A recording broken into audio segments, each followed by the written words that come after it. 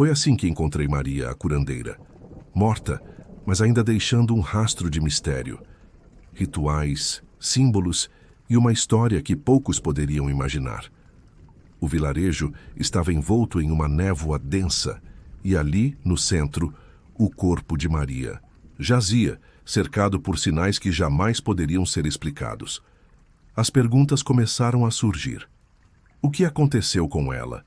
E mais importante ainda, o que aconteceu com todos que se aproximaram dela? Maria sempre foi uma figura enigmática. Alguns diziam que ela era uma curandeira. Outros sussurravam que ela era uma feiticeira. Eu, como médico, fui cético. As pessoas vinham até ela em busca de cura e ela oferecia remédios feitos de ervas que, no mínimo, aliviavam os sintomas. Mas havia algo estranho, algo que não conseguia explicar. A forma como ela olhava para você, o jeito como parecia conhecer cada detalhe da sua alma. Era desconfortante, mas eu não sabia o quanto. Até o momento em que ela morreu. Quando cheguei ao vilarejo, sabia que a morte de Maria não era comum. Foi quando comecei a investigar que percebi. Ela não estava apenas curando. Ela estava tomando vidas. Eu explorei sua casa, onde encontrei frascos de poções, ervas e objetos que a princípio pareciam inofensivos. Mas ali, em meio àquelas coisas, encontrei algo que não conseguia entender. Algo estava muito errado. E quanto mais me aprofundava, mais o medo tomava conta de mim. Afinal, o que Maria realmente fazia com as pessoas? Quanto mais me aproximava da verdade, mais o medo se intensificava. Pesadelos, visões. Eu vi Maria me observando, mas não estava mais viva. Havia algo sobrenatural, algo que me perseguia. Mortes começaram a ocorrer, sempre com as mesmas marcas que encontrei ao redor do corpo de Maria. Eu sabia que estava lidando com algo além da razão. As pessoas da cidade começaram a morrer, e todas pareciam ligadas a ela de alguma forma. Eu estava me tornando parte do pesadelo. Foi então que encontrei o diário. Era um segredo, um diário escondido que revelava a verdade. Maria não era uma simples curandeira. Ela havia aprisionado sua alma em um ritual antigo e precisava matar para se manter viva. Eu não queria acreditar, mas as palavras dela eram claras. Para viver é preciso roubar a vida de outro. Foi naquele momento que a verdade veio à tona.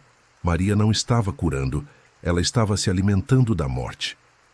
Eu sabia que a única maneira de parar isso era destruir o artefato que mantinha Maria viva. Quando entrei em sua casa, encontrei algo muito mais sombrio do que esperava.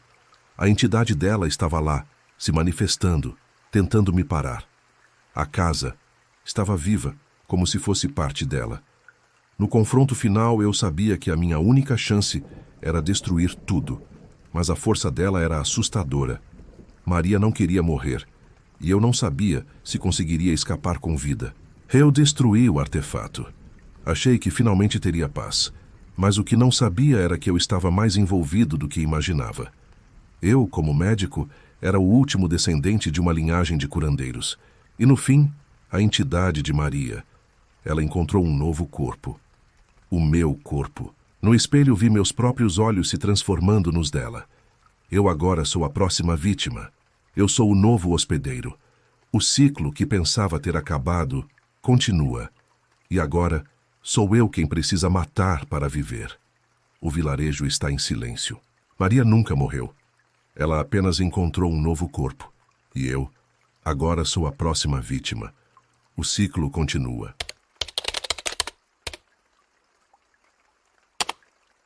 Eu nunca imaginei que um simples caso de desaparecimento se transformaria em um pesadelo sem fim. Um casal de amigos recém-casados foi passar a lua de mel na fazenda no interior de São Paulo. Aquela fazenda, amaldiçoada, tinha uma história conhecida por todos, mas ninguém acreditava. Quando eles desapareceram, senti uma sensação visceral de que algo estava muito errado. Era como se o lugar estivesse vivo, algo me dizendo que eu tinha que ir até lá. Decidi investigar, mas o que encontrei mudou minha vida para sempre. A fazenda tem histórias antigas, contadas em sussurros pelos moradores da cidade. A mais assustadora é sobre uma jovem noiva que foi traída no altar no dia de seu casamento. Desesperada, ela se jogou da torre e morreu de forma trágica. Sua alma, devastada pelo ódio, se tornou uma entidade vingativa, aprisionada à fazenda. Desde então, ninguém ousava se aproximar, com medo de que o espírito dela caçasse quem ousasse. A história sempre foi considerada uma lenda, até que meus amigos desapareceram. Agora aquela lenda parecia ser a verdade, e eu estava prestes a descobrir que o pesadelo havia começado. Quando cheguei à fazenda, o lugar estava sombrio e coberto por uma neblina densa. A atmosfera era opressiva, como se algo estivesse assistindo. Cada movimento meu. Relatos de desaparecimentos inexplicáveis começaram a ressoar na minha mente. As pessoas sumiam, mas ninguém sabia explicar por quê. Fui explorando o local. Cada quarto e corredor pareciam ter uma história própria, como se o lugar estivesse vivo. E então, comecei a perceber uma sensação estranha, como se eu fosse observado. O medo foi crescendo, e logo percebi que algo estava me esperando. Algo muito mais antigo e poderoso do que eu poderia imaginar. A cada noite que passava na fazenda, as coisas se tornavam mais estranhas. Sentia uma presença constante, como se estivesse sendo seguido. Então, uma noite, eu a vi. Uma mulher vestida de noiva, mas sem rosto. Ela apareceu na minha frente por um breve momento, antes de desaparecer no ar, como se nunca tivesse estado lá. Corri atrás, mas não encontrei nada. Ela sempre estava um passo à frente. À medida que os dias passavam, a sensação de estar sendo perseguido só aumentava. Eu estava preso naquele lugar e cada vez mais me sentia mais vulnerável. O pavor tomou conta de mim. Era como se a fazenda fosse uma armadilha e eu estava preso nela. Eu precisava entender o que estava acontecendo. A noiva sem rosto não era uma aparição comum. Comecei a investigar, vasculhei os diários antigos da fazenda e perguntei aos moradores da cidade. As histórias eram sempre as mesmas. Ninguém sobrevive à fazenda.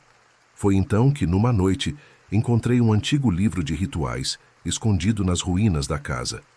O que li ali fez meu sangue gelar. A noiva não era apenas um espírito vingativo, ela era uma alma condenada, obrigada a caçar e matar todos que ousassem entrar na fazenda. E agora, eu era o próximo. Eu havia caído na armadilha dela.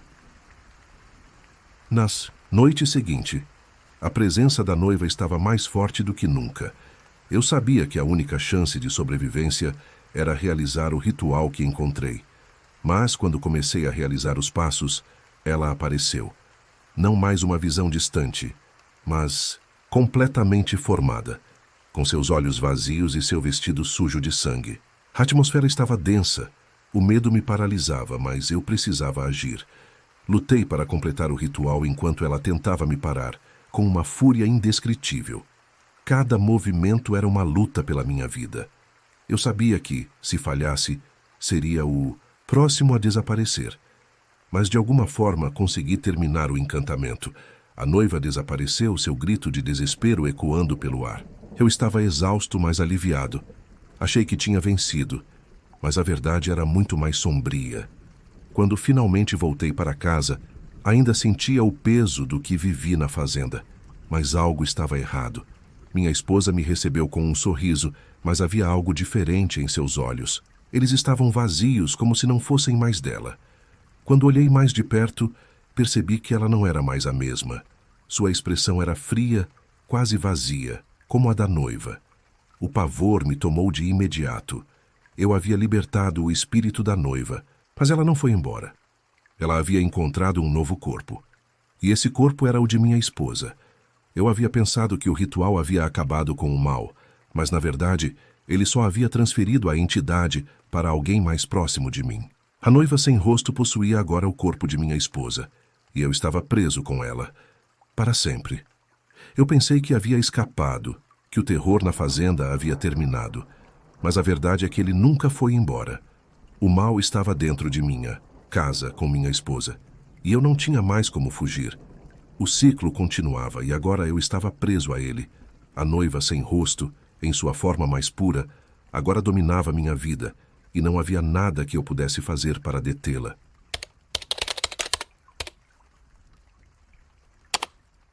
Eu sou motorista de caminhão. Viajo sozinho pela estrada em longas rotas que muitos evitam.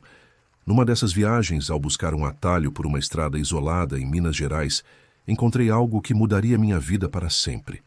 Era uma noite fria e a estrada parecia não ter fim.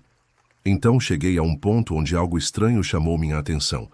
O que parecia ser uma pequena clareira se revelou um campo de ossos humanos espalhados por toda parte. Mas o pior estava por vir. Uma figura estranha e bizarra apareceu diante de mim e algo me dizia que naquele lugar não havia mais como voltar atrás. Aquela região era remota, quase deserta. Mas ao conversar com moradores mais antigos, descobri histórias que me gelaram a espinha. Diziam que há décadas havia uma entidade chamada o Homem da Serra, uma criatura com cabeça de serra, que aterrorizava a região, levando aqueles que se atreviam a cruzar seu caminho. Os mais velhos falavam em sussurros, como se o próprio nome da criatura fosse amaldiçoado. E eu, por estar ali sozinho, me vi imerso em um pesadelo que não sabia como escapar. Quando percebi que havia algo errado, foi tarde demais. Comecei a sentir uma presença, algo me observando. De repente a figura apareceu, o Homem da Serra. Ele não parecia humano, sua cabeça era literalmente uma serra, e seus olhos frios e vazios me paralisaram. Ele não disse uma palavra, mas sua presença era suficiente para me fazer entender que eu estava em grande perigo. Comecei a acelerar, mas quanto mais eu tentava fugir, mais parecia que a estrada me levava para mais longe, para um lugar ainda mais isolado, como se eu estivesse sendo guiado por forças malignas. Cada tentativa de fuga só me levava para mais dentro da floresta. A estrada parecia se estender infinitamente, e os ossos começaram a aparecer de novo, desta vez em maior quantidade. Ossos humanos espalhados por todo o caminho. Mas não era só isso. Encontrei marcas de sangue, sinais de mortes recentes. As árvores estavam cobertas por símbolos estranhos, como se um culto estivesse por trás de tudo aquilo. Cada som da floresta parecia amplificado, e a sensação de estar sendo caçado aumentava a cada segundo. O Homem da Serra estava mais perto, e eu não sabia como escapar. Então, no meio de minha busca por uma saída, encontrei uma casa abandonada. Dentro, encontrei um livro antigo, cheio de anotações e rituais. E foi ali que a verdade começou a se revelar. O Homem da Serra não era um ser natural, ele não era um monstro, mas uma criação. Um culto local havia sacrificado centenas de pessoas ao longo dos anos para invocar o espírito da serra, uma entidade capaz de controlar a morte e a vida. O Homem da Serra era a personificação desse espírito, uma entidade que se alimentava da dor e do medo e que agora estava atrás de mim. Foi aí que percebi que não poderia escapar mais. A entidade estava me cercando, e se eu não enfrentasse aquele pesadelo, eu seria mais uma vítima. Ele apareceu diante de mim mais uma vez, sua figura deformada e grotesca. O medo quase me paralisou, mas algo dentro de mim gritou para lutar. Então, peguei uma faca que encontrei na casa e me preparei para enfrentar o Homem da Serra. A luta foi brutal. A criatura era forte, mas eu não ia deixar que ele me derrotasse. Cada movimento era um desespero para me salvar. E quando finalmente consegui acertá-lo, ele desapareceu, mas não sem antes me deixar com um aviso silencioso. Eu consegui escapar. Corri para o caminhão e, desesperado, voltei para a cidade. Quando cheguei, a primeira coisa que notei foi que as pessoas ao meu redor estavam diferentes. Seus rostos eram familiares, mas havia algo estranho. Os olhos, a expressão, tudo estava errado. A sensação de que a entidade ainda estava comigo me consumia. E então, ao olhar para o reflexo de um espelho, percebi o que estava acontecendo. Aquele culto, aquele espírito havia me marcado. Eu agora fazia parte dele. As pessoas ao meu redor não eram mais humanas. Elas tinham os mesmos traços do Homem da Serra. Eu não havia vencido. Eu havia sido consumido. O Homem da Serra ainda me persegue, e agora ele habita as pessoas ao meu redor. Eu pensei que poderia fugir, mas a verdade é que, ao entrar naquela estrada, eu já estava condenado. Eles estão em todos os lugares agora, e eu sou apenas uma parte do culto. Não há mais como escapar.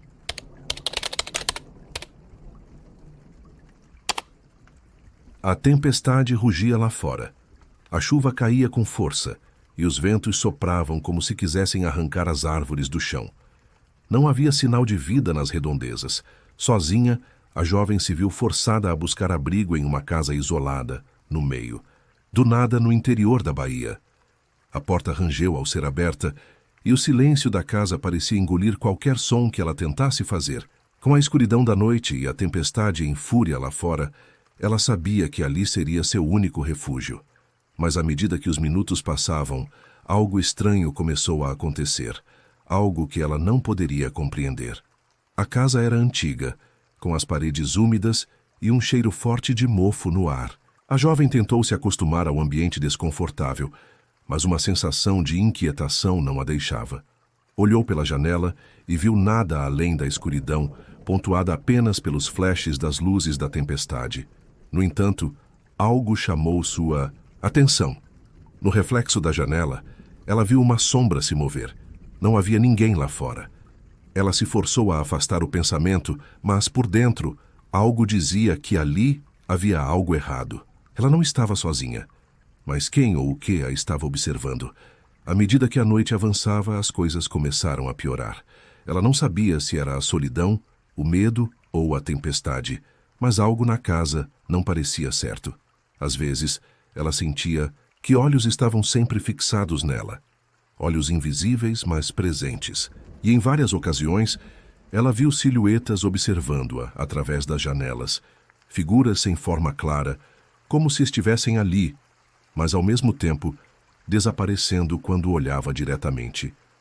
Ela tentou racionalizar, mas o medo só aumentava. A casa estava construída sobre algo, uma aldeia antiga e esquecida. E os olhos que a observavam não eram humanos.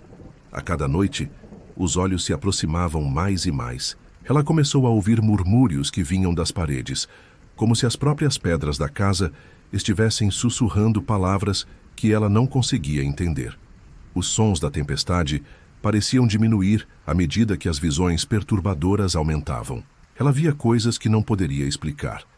Partes da casa começavam a desintegrar, como se fossem dissolvidas por algo invisível. As sombras dançavam pelas paredes e a sensação de ser observada se intensificava. Algo estava tomando forma ao seu redor. Ela se sentia cada vez mais sufocada, presa na casa, como se fosse parte de uma armadilha da qual não havia como escapar. Em uma noite especialmente silenciosa, a jovem explorou mais a fundo os cantos da casa e encontrou algo estranho. Uma carta antiga, amarelada pelo tempo. A escrita era difícil de ler, mas o que ela conseguiu entender a deixou aterrorizada. A casa fora construída sobre os restos de uma aldeia ancestral e seus habitantes haviam feito um pacto com uma entidade sobrenatural. Em troca da vida eterna, eles trocaram seus olhos por visões além da compreensão humana. Agora, a entidade exigia novos olhos, almas frescas, para alimentar os espíritos da aldeia. E esses olhos eram aqueles que observavam, esperando por alguém a quem substituir. Os olhos que a observavam estavam prontos para tomar os dela. Desesperada, a jovem tentou fugir, mas a casa parecia estar se fechando ao seu redor. As portas estavam trancadas e os corredores se estendiam em um labirinto sem fim. As sombras a cercavam e os olhos estavam em toda parte.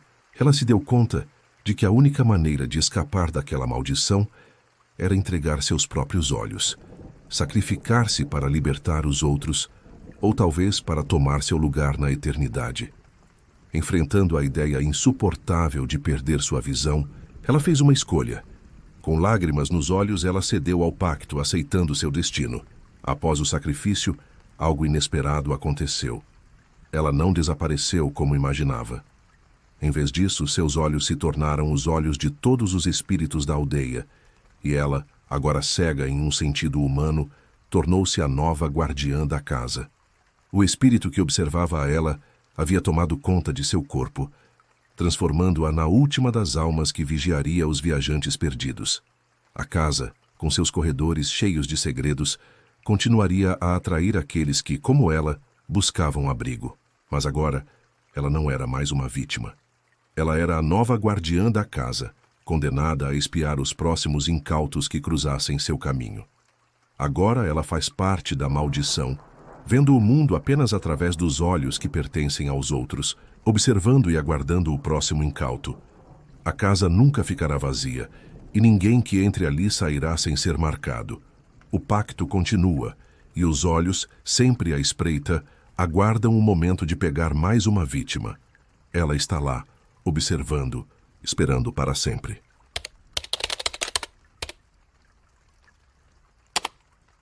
Eu sou biólogo.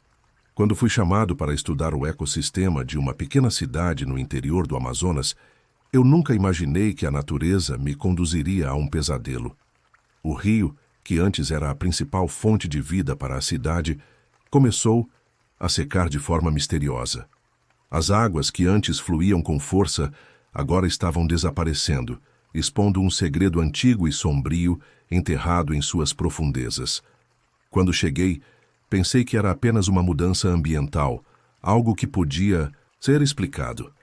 Mas logo percebi que havia algo muito mais sinistro por trás disso, algo que os moradores temiam, mas não ousavam falar. A cidade era pequena, com pouco mais de 200 habitantes, e vivia à sombra do rio que dava vida às suas plantações e pescarias. Eu, com minha experiência, comecei a investigar o que estava causando o desaparecimento das águas. Mas os moradores não pareciam surpresos. Havia um temor em seus olhos, um medo que nunca conseguia entender. Eles falavam de antigas histórias, de lendas sobre a entidade que habitava o rio, uma força de poder antigo que, segundo os mais velhos, tinha sido aprisionada nas profundezas. Eu só acreditava em ciência, mas à medida que o rio secava, as lendas começaram a se tornar mais e mais reais. Enquanto investigava as margens do rio, encontrei vestígios de algo que não deveria estar ali. Pedras dispostas de forma ritualística, símbolos estranhos gravados em troncos de árvores e, o pior de tudo, restos de ossos humanos enterrados na lama. Os moradores falavam sussurrando sobre rituais antigos, feitos para aprisionar uma entidade ancestral que governava as águas. Diziam que, se o rio secasse completamente, essa entidade acordaria e vingaria aqueles que a haviam aprisionado. Eu ri dessas histórias, mas o que vi me fez parar de rir. O rio não estava secando por acaso. Estava liberando algo horrível. À medida que o rio secava, os acontecimentos se intensificavam. Primeiramente, foram pequenos desaparecimentos. Pessoas que simplesmente sumiram sem deixar vestígios. Depois os animais começaram a morrer, suas carcaças se espalhando pelas margens do rio. A cidade ficou cada vez mais silenciosa, com os moradores se trancando em suas casas à noite. Eu continuei minhas investigações, mas comecei a sentir uma presença. Algo me observava. Ouvi sussurros na floresta. Vi sombras se movendo entre as árvores. Eu sabia que a entidade estava se aproximando, mas ainda não sabia o que ela queria de mim. O medo estava tomando conta da cidade, e eu não sabia se seria capaz de escapar. Foi então que, ao examinar um antigo templo indígena nas margens do rio, encontrei o diário de um sacerdote que havia vivido há séculos. Ele descrevia como a entidade havia sido aprisionada nas profundezas do rio por meio de rituais antigos. Mas, com a seca, esses rituais estavam perdendo sua força e a entidade estava começando a despertar. O que os moradores não sabiam é que, ao tentar prender a criatura, o sacerdote havia feito um pacto com ela.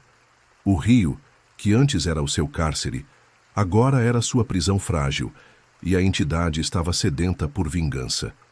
Os rituais antigos haviam falhado, e agora ela estava livre.